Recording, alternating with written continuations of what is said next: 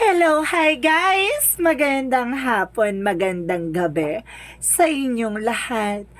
This is Shinmo Masagari Channel, a faith healer, also matarder. So ngayong hapon, natatagan natin ang nagsasabi sa inyo ng ating mga gabay. This is weekly gabay for the month of December 8 hanggang December 14 for the sign of Aries. So Aries, welcome to my channel. Ano kayang messages, advices, and spirit guides ang ating masasagap for today's video? Kano naman kayang energy or kaganapan sa buhay ng mga Aries ang ating mahagilap? So guys, this reading is a journey lamang, hindi lahat makaka-resonate. Kunin lamang po makaka-relate sa inyo and comment down below kung kaninong energy ang ating nasagap. And of course, maraming salamat sa mawalan sa pagsuporta sa aking channel.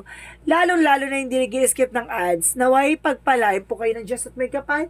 Siksik liglig na gumapaw man ng balik sa inyong biyaya. So, kumapit ka na dahil at nandito namin sa'yo ng ating gabay for the sign of Aries. Angel Spirit Messages, give me information. Ano kaya ang mensahe na masasagap natin for today's video? Oh my God. So, there is an Eight of Swords. Ooh. There is a lot of mga negativities, no? Kumaga maraming mga toxicities around you, no? Pero kasi kailangan mo lakasan daw ang pakiramdam mo dito ng nasa ganun malaman mo yung magiging solusyon, magiging answer mo dito, no? Kasagutan sa lahat ng katanungan mo. And because there's a Six of Cups, so there's a past person na involved dito. Kumbaga, there's a toxic friends or toxic relatives or toxic ex, no? Or toxic relationship. Or either toxic friends. So, let's see what is additional messages. Or either, guys, maraming naiinggit sa'yo, no? Behind your back. Or although, kumbaga maraming talaga nasa paligid mo. Chismosa. Ganon. Kumbaga maraming marites. And because there is a Seven of Cups, diba? Parang ginugulo ka nito. Nanggugulo sila. Inggitera. No? And because there is a King of Swords, being wise. So, kailangan maging wise ka. Maging matalino. Maging mapagmatsyag. Ganon. Additional messages. There's a justice. Don't you worry. There's a good karma coming in for you. Kung maghahawak na hawak mo dito yung hostisya, no? Sa'yo talaga yung eksena na to. So, let's see what is the Eight of Swords. So, there's Ace of Swords. So, there's a breakthrough, no? Maaaring magtagumpay ka dito, no? Makakaalis ka dyan sa kinalalagyan mo. Yeah.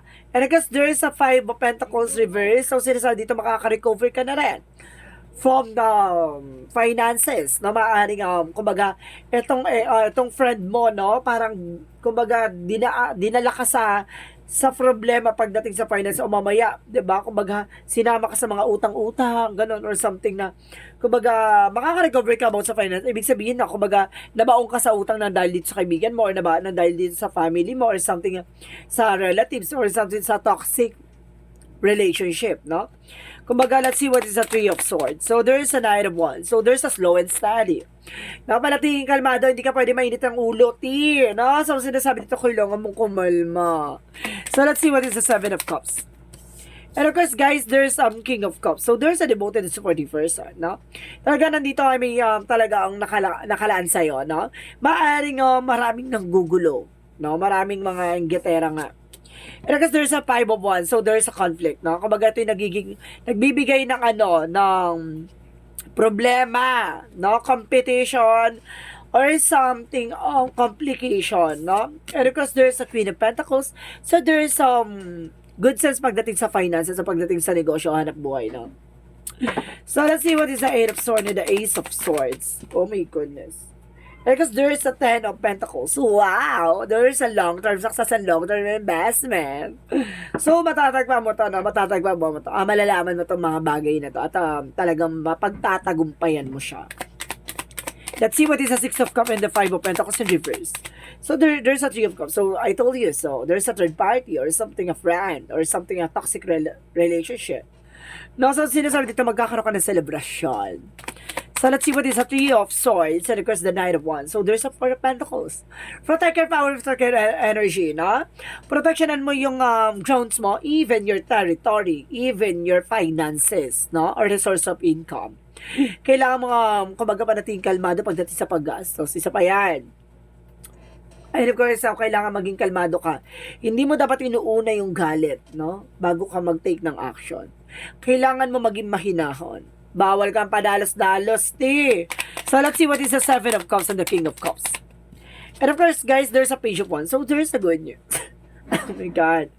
Nasa mid ako, pinag-uusapan ako, Charis. Kumaga meron dito, guys, there's a good news. May balita. So, let's see what is the King of Swords and the Five of Wands. So, there's a Knight of Swords. So, there's an anxiety, stress, no? Kumbaga, nagbibigay ng stress sa'yo or something, problema. Kailangan maging matalino ka. Hindi ka nagpapa-apekto sa mga tao sa paligid mo, no? Mga ano lang yan, mga pesticide, char. Oh my God, insekto. So, sinasabi dito, guys, kailangan wag ka dyan sa paligid mo. Mga ano lang yan, mga nanggugulo, no? Para mawala ka sa concentrate, no? Excuse me. There's a Knight of Wands. So, there's a final push. At the end of the time, so sinasabi sa dito, kailangan mo tutukan yung negosyo o hanap buhay mo. And of course, sinasabi dito, kumbaga, malapit ka na sa success. Ganun talaga, no? Kumbaga, susubukin ka talaga ng mga nasa paligid mo. No? Kumbaga, hihilahin ka pababa. Kaya huwag ka magpapahila. Diba? Tadyakan mo. Char. Ganun yun, ha? Huwag ka nagpapahila sa mga ganyan. And of course, there's a justice. So, there's a good karma coming in. So, let's see what is the outcome. Ang outcome is the Two of Swords. There's an indecision. So, guys, there's a foot in out and a foot in. So, ibig sabihin dito, parang nagkakaroon pagdadalawang isip. Ganon. So, nagkakaroon ka ng indecision, parang nagkakaroon ka din ng doubt or something, kumbaga, confusion, no? So, let's see what is additional messages. And because there's an 8 of Wands. So, there's a fast communication and fast movement. So, meron talaga dito paggalaw ng baso. Makakaalis ka sa sitwasyon at also, there's a travel. And the 4 of Cups, reevaluate or analyze. No? Kailangan pag-isipan bago ka mag-take ng action. Hindi ka pwede magpala-desisyon dyan, lalo-lalo ng mga sa paligid mo, mga nakatutok sa'yo, May human CCTV. And because there's a 10 of Cups, there's a happiness. The more na nagiging masaya ka, the more silang gigigil. Ganon. Kaya kailangan pagigilin mo sila. Ganon. So, let's see what is about for finances. Sige nga, tingnan natin about sa finances for you. About sa finances, the Empress card, the reverse. So, ito na nga, diba? Mamamayag pag na ulit yung panibago pagdating sa business mo. Or some of you guys, magbubukas ng negosyo, no? So, about naman sa love life, there's a Queen of Cups. Magkakaroon na ka ng healing, guys. Healing for love life. No? Let's see about sa health. And of course, there's a Temperance. So, there's a healing. Oh my God! Ang Temperance is a perfect time and divine intervention or divine timing, no? And of course, there's a healing also and the solid foundation, no? Kumbaga, pinapalakas at pinapatibay ka dito. Maaaring may mga pinagdaanan ka. Love life, career, finances, and health, no? So, some of you guys, kumbaga, sinasabi lang sa dito, maging mapagmatsyag, matuto sa mga pinagdaanan, no? Kumbaga, huwag magpa-apekto sa mga tao sa paligid mo dahil hindi sila makakatulong sa'yo bagkus makakasira sila sa plano mo. Tandaan mo, gawin mo silang motivations, no? At gawin mo silang mga mga design sa gilid mo. Char! Diba? No, dead maka lang sa kanila dat ganon. So, let's see what is the magical fairy messages. Let's see what is the magical fairy messages. And of course, guys, there's an autumn. So, there's a harvest time. So, at the end of the time, kumbaga, magkakaroon ka ng harvest, diba? Kumbaga, sinasabi dito, in the fall season, everything comes together and you reap wonderful harvest of the abundance. Diba? So, talagang darating yung panahon at darating yung araw at darating yung pagkakataon na talagang panahon mo, no? Na makukuha mo yung mga bagay na pinaghirapan mo. Diba? So, let's see what is additional messages for Ego Spirit. And of course, there's a karmic relationship. I told you, diba? There is a toxic relationship there. Kumbaga, meron toxic dito, no? Kailangan mo siyang i-let go. And of course, kahit na mahal mo pa, i-let go mo na. Charis. And of course, there is a lesson. So, some of you naman, no? Nagtatagumpay pag meron di karmic relationship. Nakabaga, nagtatagumpay din yung iba dyan. Some of them. Pero kailangan nyo talaga marami kasi pagdadaanan kapag pag nasa cycle ka ng ng karmic relationship. So kailangan maging matibay at maging malakas ka. Ha? Paalala ko lang dyan. So let's see what is additional messages for for Yin and Yang Oracle card. For Yin and Yang Oracle card. So, there's a stability and flow. Diba? Sumabay ka lang sa agos and there's an attractions. So, sinasabi dito na hot ka. Diba? Laki at kumbaga, ang daming mga tumitingin sa'yo or something. Attractions, affections, no? Kumbaga, maraming nahuhumaling. Ay, ganda-ganda mo dyan. Lang. And of course, there's the Sun card. There's a pure positivity. So, ibig sabihin nito, kung magkakaroon ka ng positive outcome, and of course, kailangan mo maging malakas. Maging matibay. Diba? So, let's see what is the Moonology. Let's see what is the Moonology. So, a new story is coming. So, talaga magsisimula ng panibagong chapter. Eto na, nauna. Ganon. So, let's see what is additional messages. Full of energy ko ngayon, ha? Gigigil ako. So, let's see what is Archangel Michael. And of course, you inner guidance is real and trustworthy. So, ibig sabihin yung mga gabay mo, pagkakatiwalaan mo yan, di ba? And I just believe and trust. So, kailangan mo maniwala at magtiwala. Dahil kung hindi ka magtitiwala sa mga gabay mo, paano mo naman makukuha yung mga bagay na para sa'yo? Di ba? Kasi there is a synchronicities or signs na hinahatid nila. So, kung makikinig ka, it's a good for you. Kung hindi ka makikinig, edi dead na. Diba? Bahala ka dyan. Maranasan mo yung mga bagay na yan. Yung dapat mong maranasan. Kaya itong reading na to is kumbaga, a signs or warning for you. Diba? Para maunawaan mo yung mga bagay-bagay before mangyari yun, no? Kumbaga sinasabi sa'yo dito, ito yung parang babala or something ganon. No? Kumbaga meron ka ng idea. So, let's see what is additional messages. And of course, guys, there's the blue flame. And of course, spontaneous awakening activation. See? This is the awakening.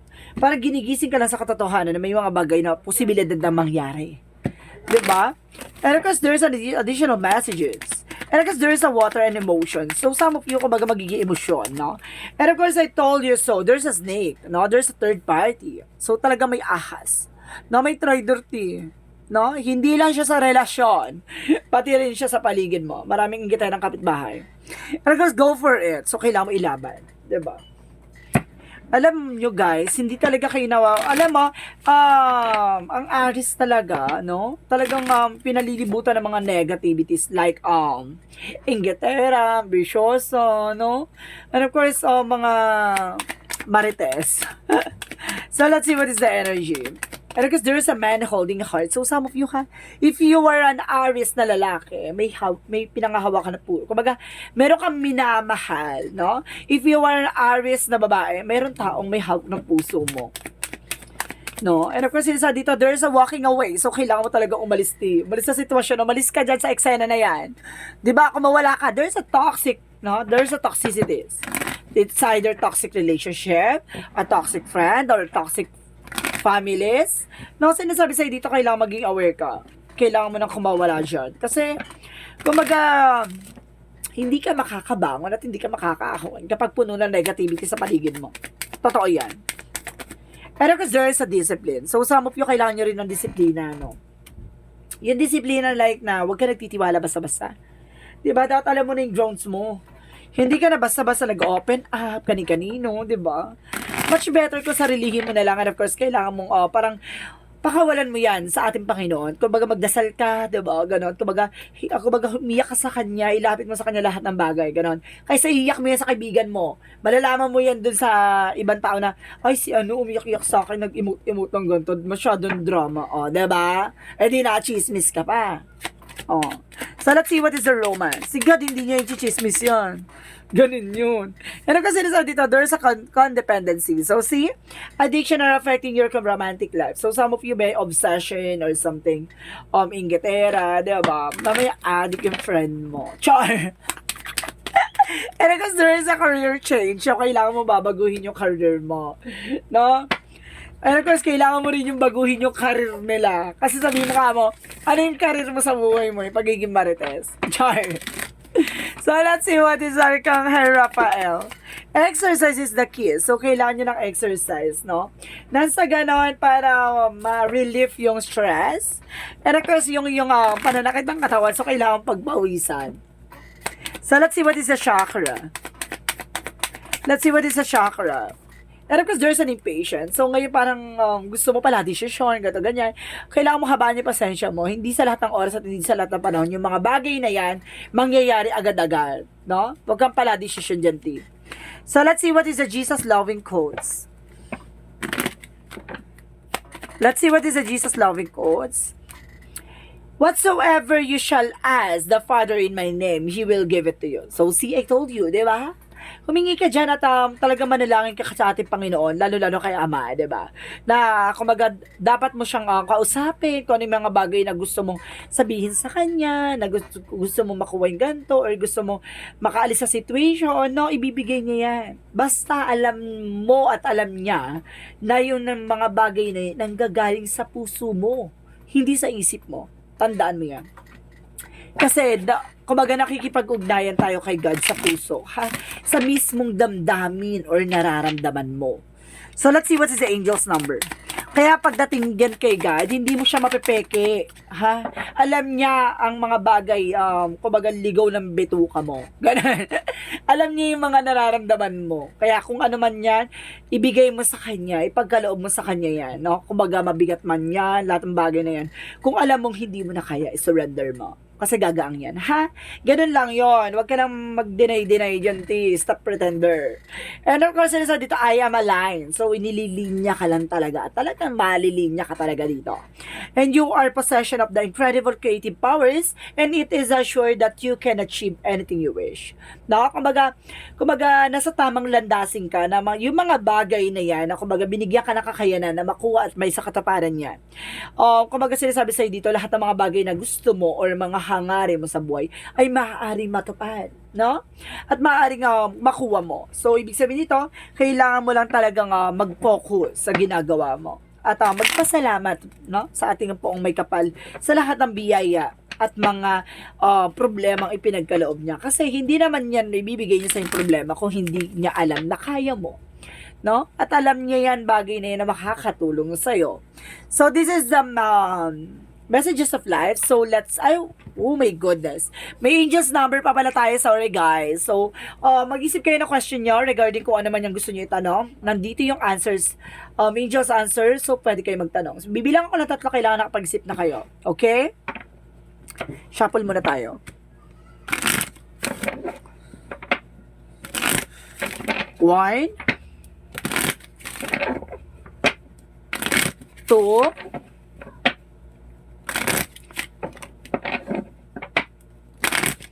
3. So, laban na. So, angels answer, give me an answer for their questions. Sinasabi dito, guys, there's an improving health. So, ibig sabihin mag-i-improve na yung health nyo. No more stress, no more anxieties, no more depression, and of course, possessions. No?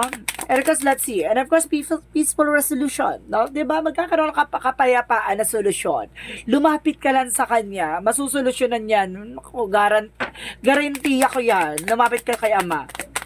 Naman ko sinisa dito, there is an in the near future. So, nalalapit na talaga ang para sa'yo at nakatakdang mangyayari na para sa'yo. Kumapit ka lang. And of course, kung ano yung mga katanungan nyo, ito yung kasagutan, guys, ha? Kung yes or no yung tanong nyo, there's a yes. No? Yes, yes, yes. So, possible, yes. No? So, let's see what is the messages of life. And because there is an achievement. So, sinasabi dito, guys, makinig. As I advance of the road towards achievement, I discover my greatest strength and learn from each challenges. I realize the truest potential. Today, I have faith in my abilities and myself. I move forward towards the fulfillment of my visions. I reach my objective. I am courageous and I embrace life. I am always in a good company on this journey towards the light. So, see, alam mo, di ba? Kumbaga, nandun ka na sa tamang linya, alam mo na iaakit mo at aangat ka at alam mong nasa tamang proseso ka, di ba? Step by step. no? Kumbaga alam mo na sa tamang hagdanan ka at makikita mo ang liwanag at kaliwanagan sa lahat ng mangyayari sa'yo. It's a good part na kumbaga nakaalis ka na sa negatibo, no? At naunawaan mo na yung mga bagay na kailangan, may mga bagay or kumbaga tayo na kailangan bitawan at kailangan natin i-surrender. Diba? Lalo-lalo na kung hindi na natin kayang bitbitin. So guys, this reading is a weekly gabay for the month of December 8 hanggang December 14 for the sign of Aries. So Aries, maraming salamat for your wonderful reading. And of course, maraming salamat po sa mga walang sampung suporta sa aking channel. Lalo-lalo na hindi nag-skip ng ads. So, may pagpalain po kayo ng Diyos at may kapal. Siksik, liglig na guma po naman balik sa inyo. And of course, this reading is a reading lamang hindi lahat makaka-resonate. Kunin lamang po makaka-relate sa inyo. And comment down below kung kaninong energy ang ating nasago. Maraming salamat. And see you in the next video. Bye-bye. And babush.